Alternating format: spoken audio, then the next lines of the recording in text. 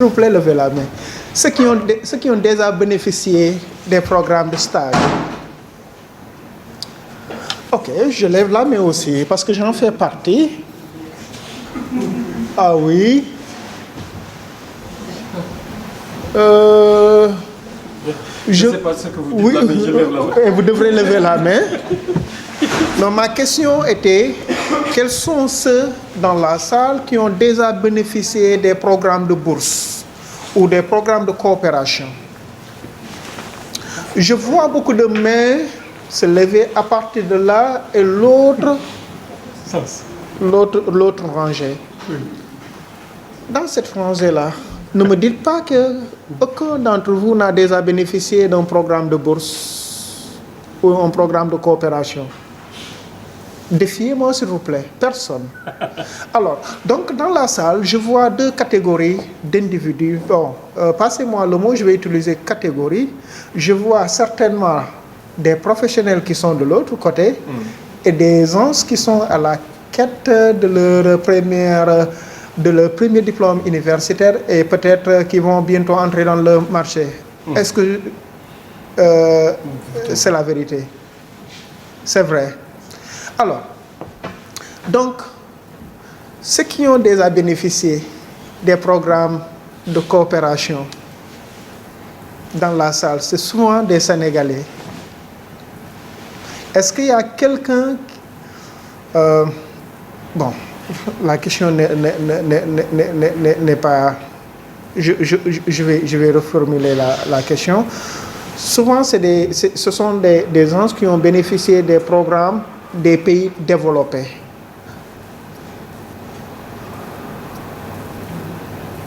Alors, ce sont des programmes qui entrent souvent dans ce qu'on appelle de ODA. ODA, c'est...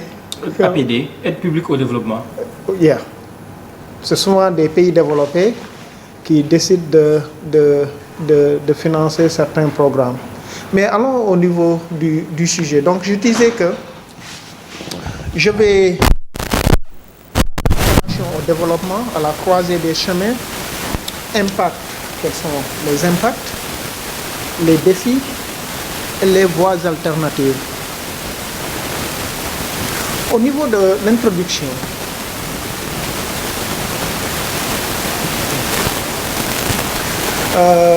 dans leur réflexion novatrice sur la coopération au développement, je vais genrer ça, la professeure Sarah Kingsburn et la docteure Rona soulignent qu'il s'agit d'un système complexe de relations entre divers acteurs, notamment les gouvernements, les organisations internationales, les ONG, les contributeurs privés, les groupes de la société civile et les nouveaux pays donateurs, tous liés par divers mécanismes de financement et initiatives de collaboration.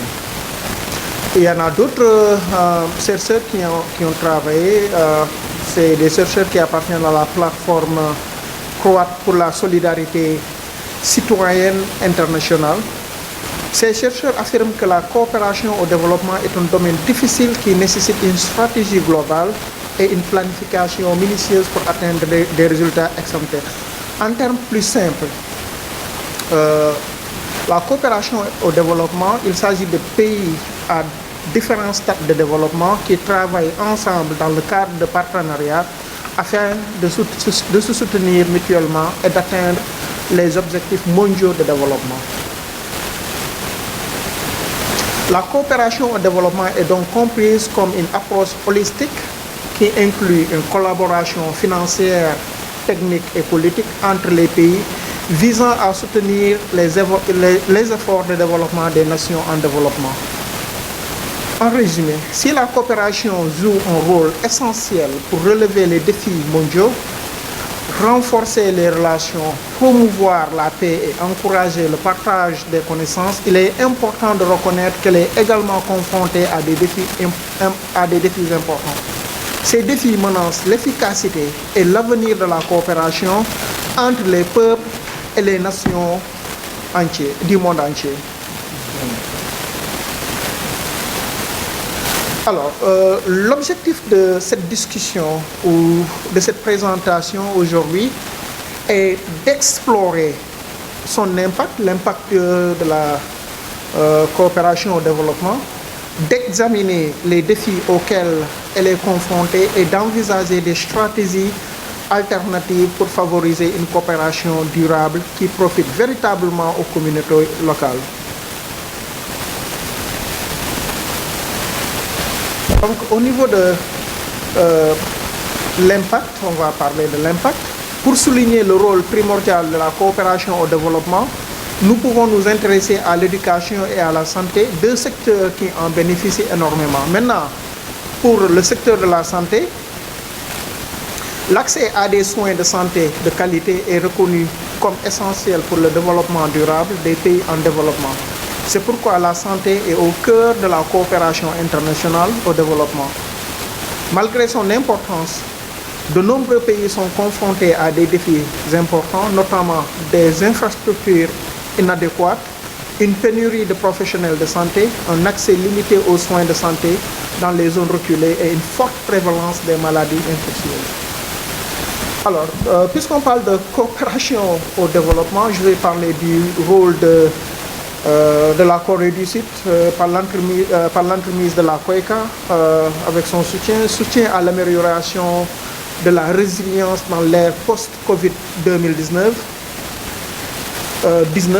Avant la pandémie Covid-19, l'Afrique connaissait une croissance économique prometteuse d'environ 6% par an.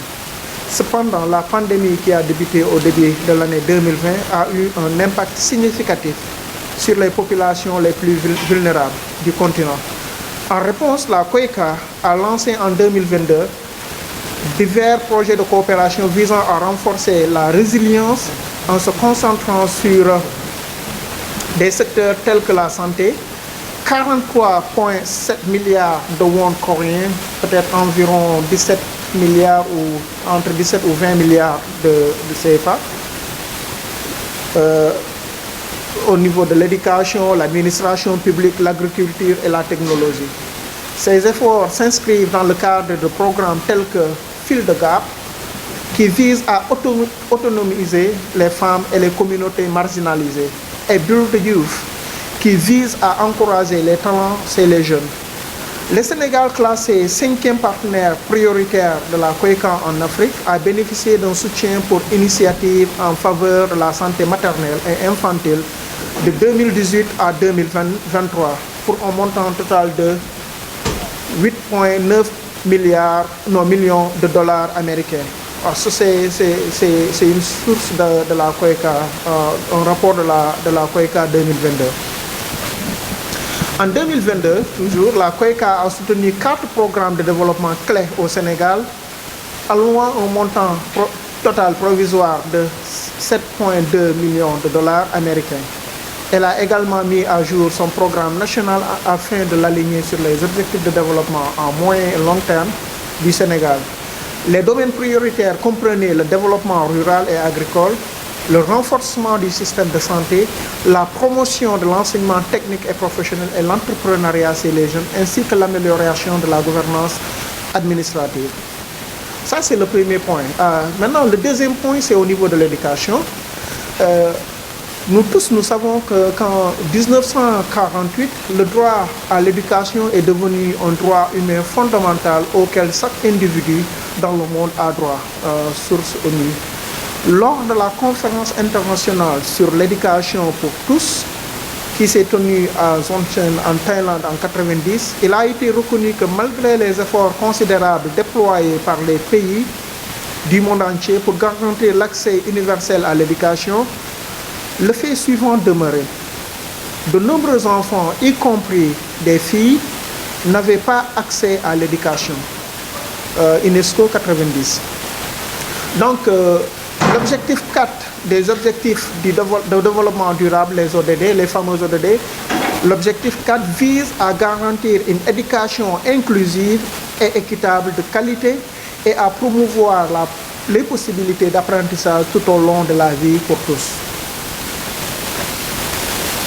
Alors, j'avais annoncé les impacts de la coopération au développement. Maintenant, parlons les challenges ou bien les défis.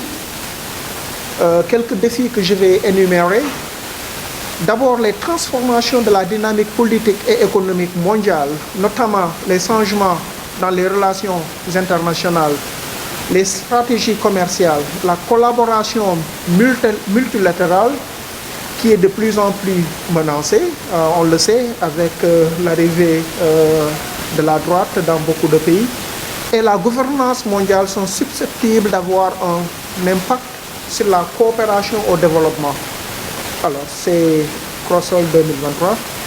Ces derniers mois, les réductions budgétaires mondiales et l'évolution des priorités politiques ont suscité un débat animé sur l'orientation future de la coopération internationale au développement. Kingsburn, Rana 2025. De nombreux pays à travers le monde ont subi les effets de la décision de l'administration Trump. On a tous entendu parler de ça et on a subi les conséquences, de réduire de plus de 90% l'aide étrangère et de diminuer le financement d'environ 60 milliards de dollars. Quelques heures après l'annonce, de nombreux programmes d'aide ont été brusquement interrompus, privant des milliers de personnes de services vitaux. Au Sénégal, la plus grande initiative de lutte contre le paludisme a été interrompue. Ce programme avait distribué des moustiquaires et des médicaments à des dizaines de milliers de personnes, selon un employé de l'USAID qui n'était pas autorisé à s'exprimer publiquement. En outre, des programmes essentiels de santé et de nutrition maternelle et infantile ont également été interrompus. Ces services avaient fourni des soins critiques à des dizaines de milliers de femmes enceintes et traitées de malnutrition aiguë par la prévention et le traitement.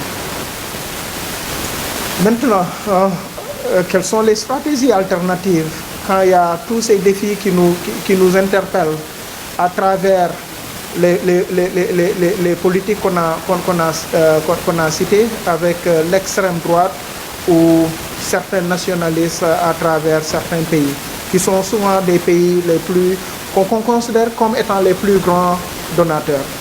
Donc, quelques stratégies alternatives.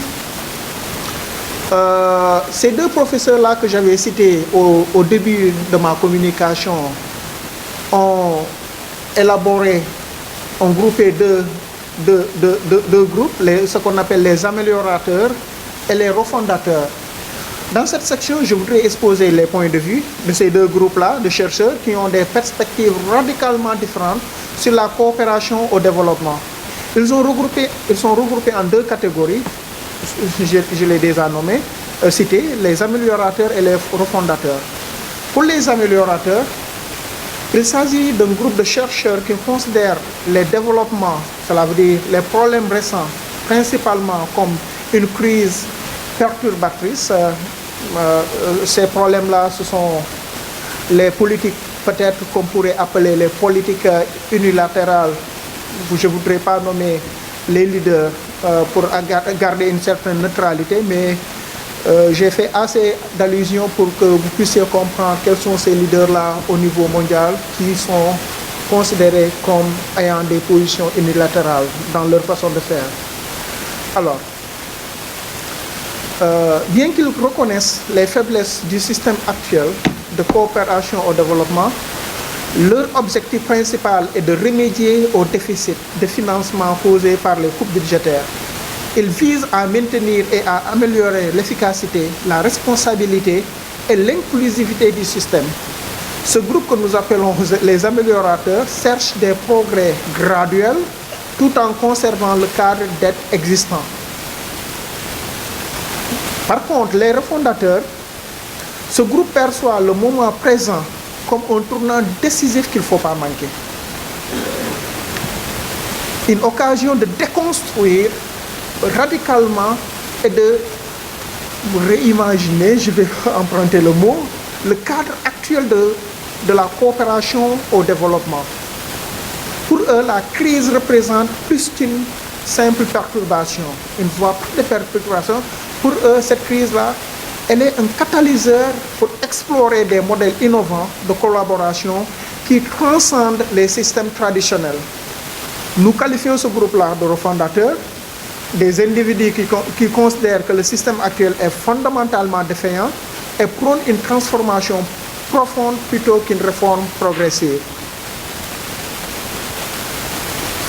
Alors, le groupe des refondateurs est critique car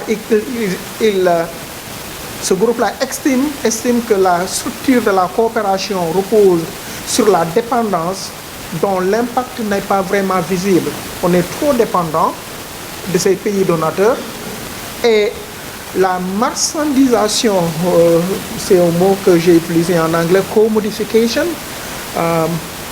commodification ou par exemple commodification of education où l'éducation devient une commodité alors que tout le monde doit avoir accès à l'éducation, mais on voit que c'est comme si l'éducation est devenue une marchandise. Ou les services sociaux, voilà, je l'ai dit, tels que l'éducation et la santé sont transformés en biens commercialisables. C'est le mot commodification en anglais. Donc on doit commercialisable cet élément-là. Je ne sais pas si ça se dit, mais en anglais c'est decommodified. Il prône des relations égalitaires ou des épistémologies locales, des connaissances locales, des relations égalitaires où les épistémologies locales ne sont pas marginalisées, les connaissances locales ne sont pas marginalisées. Il appelle donc à un changement normatif dans la coopération au développement.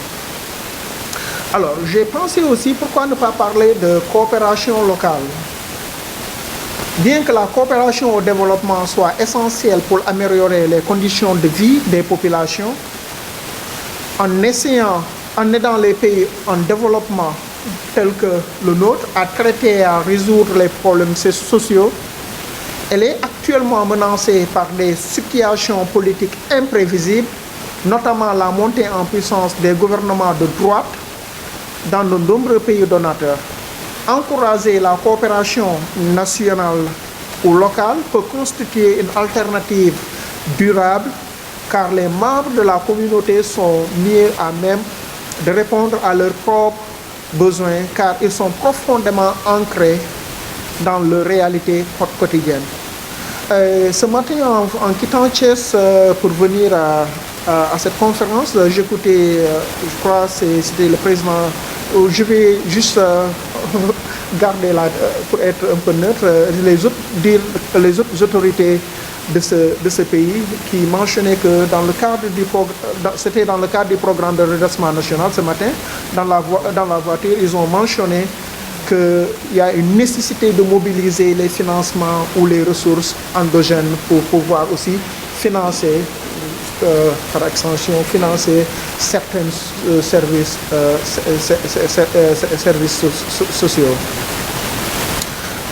Conclusion, je voudrais conclure mon intervention.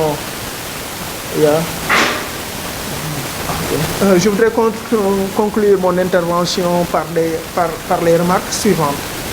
La coopération au développement repose sur les principes fondamentaux de cofinancement, de co-construction, du partenariat et de la durabilité entre autres valeurs fondamentales.